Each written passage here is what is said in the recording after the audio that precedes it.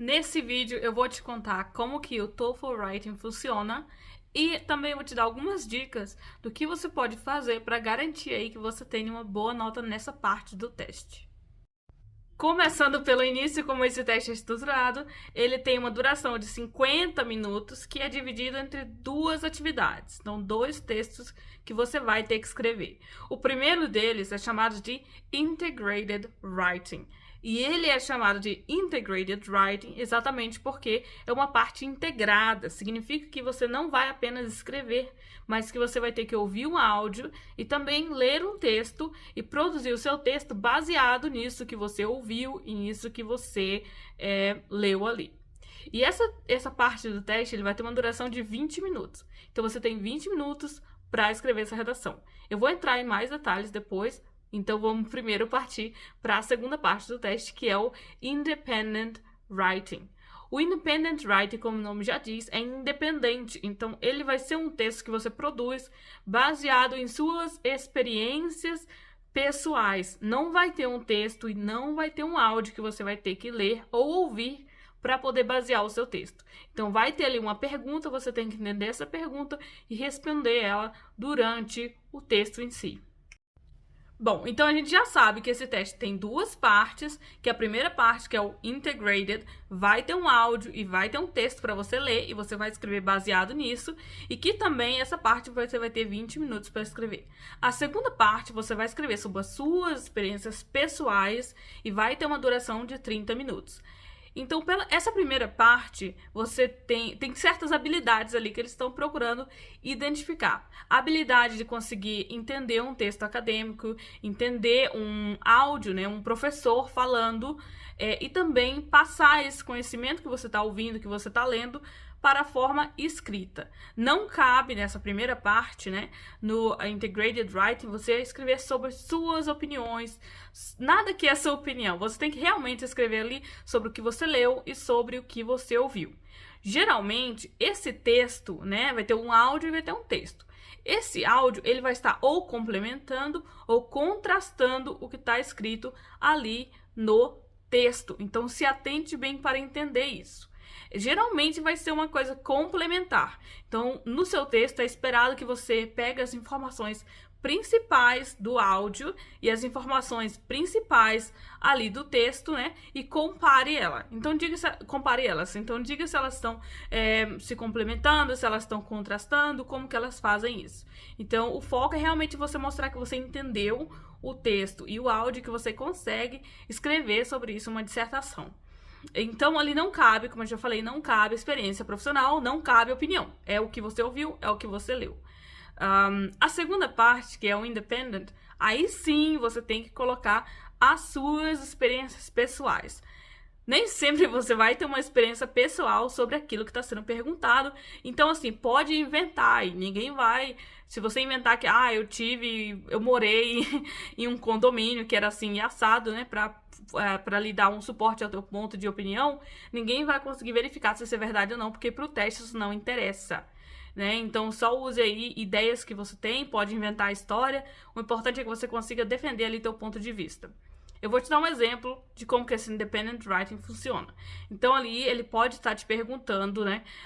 Muitas pessoas, quando mudam de país para estudar em outro país, elas precisam buscar acomodação. Uma das opções são realmente alugar um apartamento para si próprio. A outra opção é você morar em um apartamento compartilhado da universidade.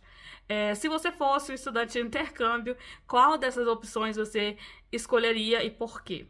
Então, você precisa ali defender um ponto de vista, né? Você precisa buscar a sua opinião, dizer qual que é a tua opinião e depois defender dando argumentos. E essa ponto de argumentos, eu não canso de dizer que é a coisa mais importante que você tem que fazer.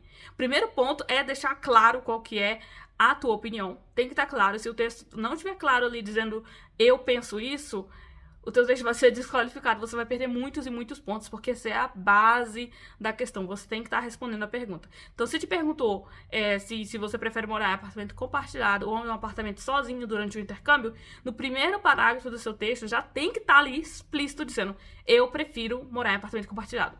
Tem que estar claro, já do início.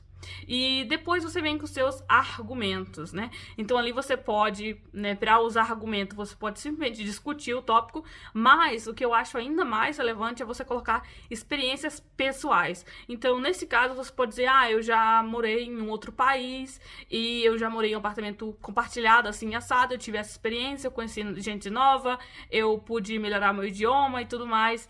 Então, só escolhe ali pelo menos uma experiência pessoal que você pode colocar no seu texto para te dar ali suporte para aquela ideia que você está defendendo. Uma dica para essa parte é que, como eu falei, você tem que defender um ponto de vista e não necessariamente precisa ser o ponto de vista que você tem. Então, defende aquilo que é mais fácil para você. Se você tem vocabulário, você tem ideias, né? Você tem ali, eu sei que morar em apartamento compartilhado tem muitos benefícios, embora eu prefira não morar em apartamento compartilhado. Mas se você já consegue pensar em 2, 3, 4 razões de por que apartamento compartilhado é bom, então defenda que morar em apartamento compartilhado é melhor. Simplesmente porque você vai ali deixar de gastar um tempo, né, do seu teste que é precioso para achar argumentos. Então, aquilo que for mais fácil de argumentar para você, faça. Porque no teste não importa se você pensa aquilo mesmo ou não. Você só tem que ser capaz, né, de demonstrar a tua opinião e de argumentar muito bem. E agora que eu já dei essas duas dicas, eu quero falar algumas dicas gerais para as duas partes do teste. Obviamente, você tem que se atentar à sua gramática, né? Quanto mais corretamente você escrever, melhor. Não se esqueça que o conteúdo do texto é a parte mais importante, então você tem que estar na primeira parte ali, revisando o que foi dito e o que você leu no texto, e na segunda parte você tem que deixar clara qual que é a tua opinião e quais são os teus argumentos, mas a partir dessa base, você tem como ganhar muitos pontos ali, tendo uma gramática correta, fazendo as conexões entre as frases melhores, e aí é um ponto muito importante, você precisa aprender palavras conectoras para você mostrar ali uma riqueza vocabular. Então, sabe quando a gente tem no português ali, porém, mas, entretanto, tem várias alternativas que você pode usar no teu texto, certo? Você vai fazer a mesma coisa para o inglês. Então, aprenda essas palavras conectoras para que você use uma variedade delas no teu texto para mostrar que você tem riqueza vocabular. Essa é a forma mais fácil de mostrar que você tem riqueza vocabular. Além disso, né, de mostrar riqueza vocabular e uma gramática correta e responder as perguntas, é importante que você se atente muito ao tempo. O TOEFL, ele é um teste de tempo, assim como o Enem, por exemplo. Então, você precisa treinar muito bem para você conseguir responder as questões no tempo dado. Então, eu recomendo que você faça alguns simulados antes de ir fazer o teste em si. E aí, quando você estiver fazendo os simulados, vê aí se você está fazendo no tempo correto, se está faltando tempo para isso, para aquilo, por que está faltando tempo. Até você ir se aperfeiçoando e conseguir fazer o teste no tempo correto, escrever as redações, corrigir e tudo mais. E uma última dica que eu vou dar é na questão do writing. É muito importante que você saiba que ela é feita num computador, então você vai ter que digitar. Se você digita muito devagar, você vai perder tempo com isso. Então, se você não tem essa habilidade de digitar mais rápido, treine isso também, para que isso não seja um empecilho na prova. E um último ponto é que quando você está escrevendo, no TOEFL não tem corretor, não tem nada de corrigir, nada disso. Então, assim, não vai ter ali, assim como no Word tem assim marcado, né, que essa palavra está escrita errado. No TOEFL, obviamente, não vai ter isso. Além disso, no TOEFL não tem como você dar copia e cola de uma parte do texto na outra. Então, se você escrever alguma coisa ali na introdução e você quer depois transferir da introdução para a última parte do texto, você vai ter que escrever novamente, né? Digitar novamente, não vai ter como copia e cola. Pelo menos isso era em 2019, pode ser que tenha mudado, eu acredito muito que não, mas fica aí a dica para você. E a última coisa é, além de estar preparado, né? É importante que você saiba, assim, a parte de estar preparado, na verdade. Que você saiba exatamente como você quer começar a sua redação, como você quer terminar, quantos parágrafos que você tem que fazer. Então, para isso é muito importante que você crie o seu próprio template. Tem alguns templates na internet que já, né, que você pode simplesmente usar, mas eu recomendo que você crie o seu próprio template para responder essas questões.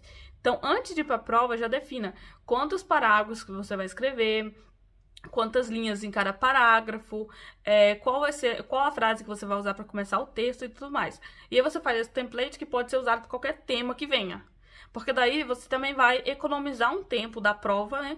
Em vez de ficar pensando, eu escrevo isso ou aquilo, você já vai ter aquilo em mente, então só digita rapidinho e aí você ganha, né, um certo tempo para desenvolver as suas ideias no texto. O que eu acho muito importante, porque com 30 minutos, gente, para escrever uma redação ali de quase uma página é pouquíssimo tempo. Então, todo o tempo que você conseguir economizar, já trazendo um template, já sabendo ali quais são as palavras conectoras que você vai usar, já sabendo quantos parágrafos, sabe, já sabendo organizar o teu texto, vai te ajudar demais a ter tempo para pensar nas outras coisas que você precisa para fazer um texto bom. Bem, era isso que eu tinha pra hoje, eu espero muito que você tenha gostado do vídeo. Se você quer um vídeo sobre o speaking, sobre as outras áreas aí do TOEFL, só deixa aqui embaixo nos comentários. Não esqueça de curtir esse vídeo. Se não tá inscrito, se inscreve no canal e eu te vejo na próxima.